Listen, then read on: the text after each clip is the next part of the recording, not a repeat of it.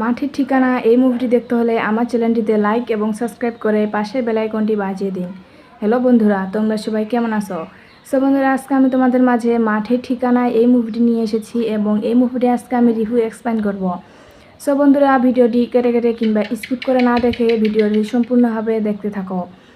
বন্ধুরা, মাঠের ঠিকানা এই মুভিটিতে অভিনয় করেছিলেন সাকিব খান এবং অভিনেত্রী হিসেবে ছিলেন পূর্ণিমা।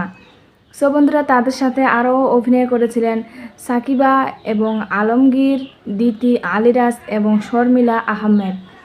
বন্ধুরা, এই মুভিটি পরিচালিত করেছিলেন শাহ আলম কিরণ এবং লিখেছিলেন গোলাম মোরশাদ। বন্ধুরা, এই মুভিটির মুক্তির তারিখ ছিল 10 জুন 2011। দেশ ছিল বাংলাদেশ, ভাষা ছিল বাংলা। বন্ধুরা, আশা করি আমার ভিডিওটি তোমাদের প্রত্যেকের অনেক অনেক ভালো লাগছে এবং আমার পরবর্তী ভিডিও পাওয়ার জন্য আমার বন্ধু হয়ে অবশ্যই চ্যানেলটিতে লাইক এবং সাবস্ক্রাইব করে পাশে থাকবেন। ভালো থাকবেন, সুস্থ থাকবেন। ধন্যবাদ।